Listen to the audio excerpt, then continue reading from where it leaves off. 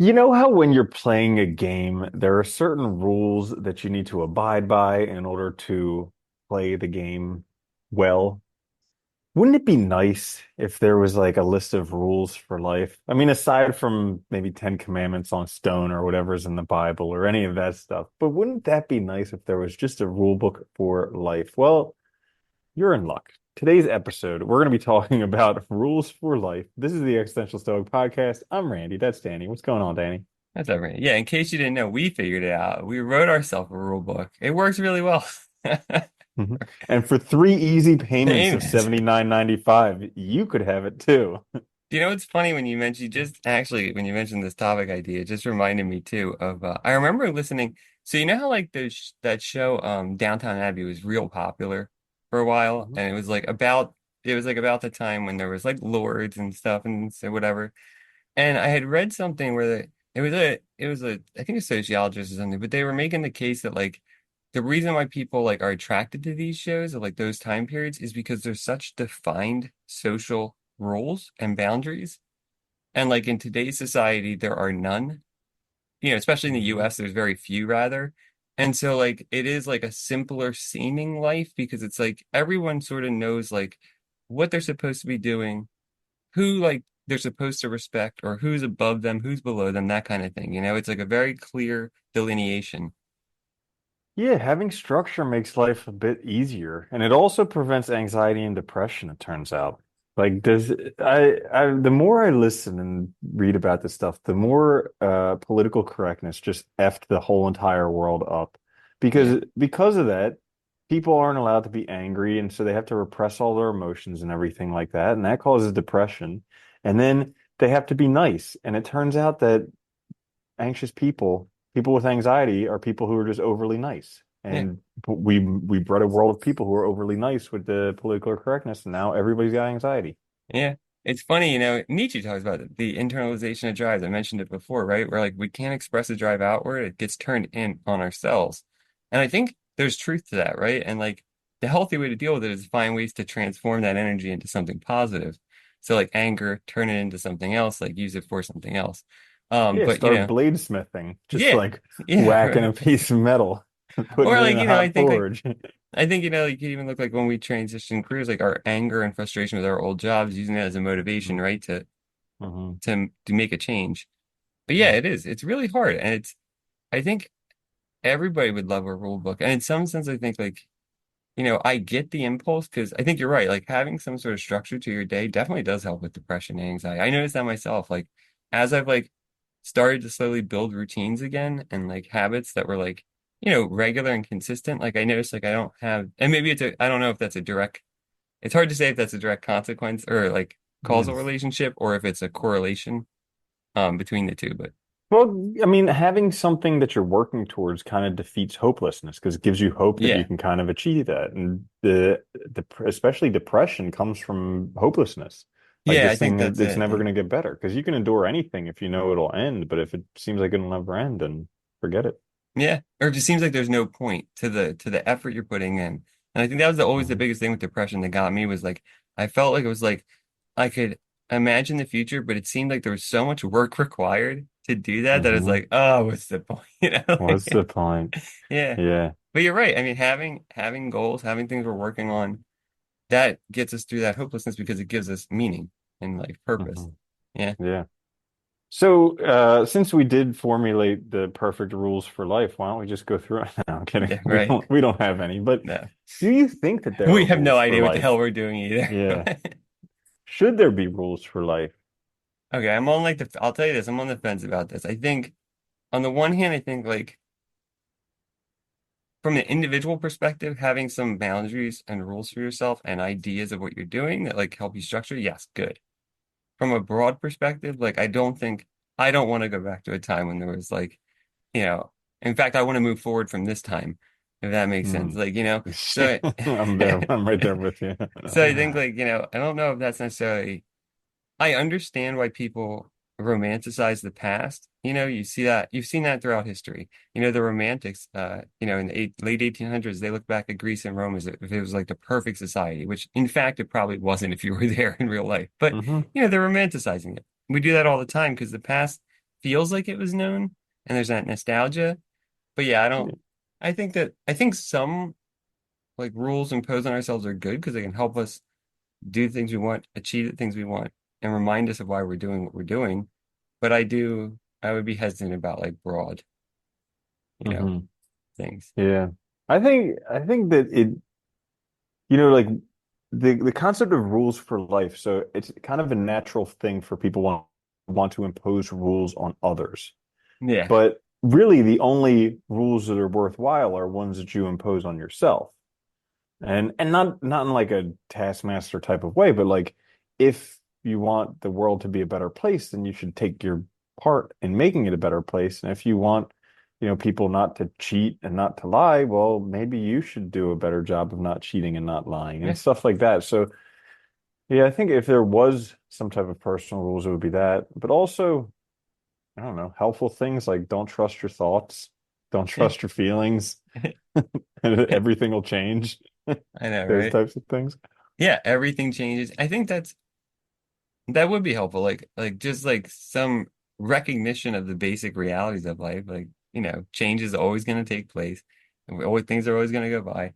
But yeah, like you said, I think like imposing them on ourselves is a good way to kind of like give ourselves that structure that can help us kind of get to where we want to go. Because I think, we've seen it ourselves, both in our own lives, but with like so many people I know, like they're upset or depressed or angry with their situation, but they don't do anything to change it. And I think part Hmm. of that is lacking that structure, like, or the rule even that if I do something, something will change, realizing that reality. It does take you, like nobody else is going to do it for you. Nope. That's the crazy thing. And the like these books that I listen to on psychotherapy, like Team CBT and everything, every not maybe not everybody, but like 99% of people, if they do the homework, they improve.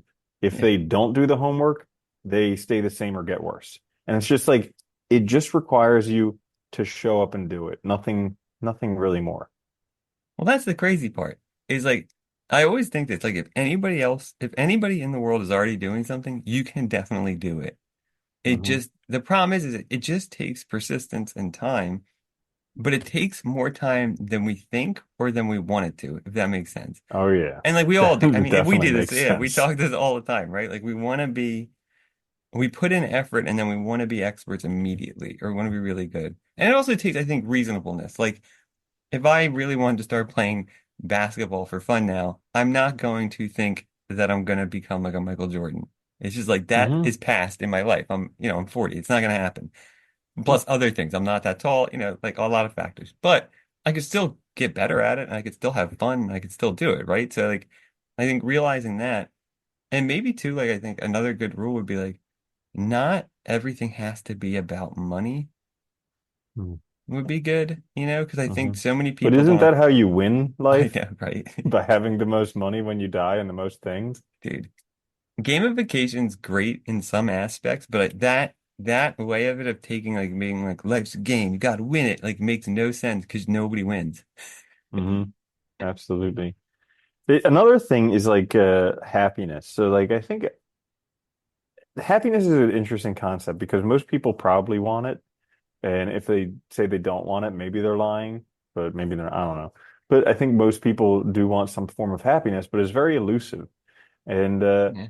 I I I heard some like monk or something somewhere along the lines say that like, if you want to be happy, just stop feeding negative thoughts and accept what is. And it's like, oh, that's simple, but it's like the hardest thing ever because negative thoughts are like really juicy and you just want to keep on going down and Yeah. down, down, down, down. And then accepting what is a really hard thing to do Well, sometimes. that is kind of the funny thing about it, though, is like all the things that are actually true that would help us live our lives are usually pretty simple. It's just Hmm. implementing them is very hard. Yeah. I mean, like that is a good one too, because it is like negative thoughts are very difficult to like, it takes a lot of effort and work to actually get better at not latching onto them. And negative thoughts too, it's crazy how realistic they can seem Oh yeah. because the they're not always true and probably they're mostly not true, but they're very, very believable. And we get caught in these ruts for sometimes years or decades because we believe thoughts that aren't true. And I think, and oh, dude, I think that's true about everybody. Literally everybody is stuck in some place because of negative thoughts. And it's like, I can't do something, or the world is just this way, or whatever. And so it makes us basically inactive or impotent, right? We don't take the effort to change things. It's interesting. Mhm. Yeah, I think that's a really good one. And they're amazingly hard to combat. And you have to and I think that's the hard part for people is like, we can recognize what we need to do, but then everything we need to do to make real changes takes effort. And so it takes that persistence to stick with it, but you're going to fail a lot at first. And I think would be another good thing to remind ourselves is that we're going to fail a lot and it's okay. But if we persist, we'll overcome those obstacles and we'll get through it. Mhm. Yeah.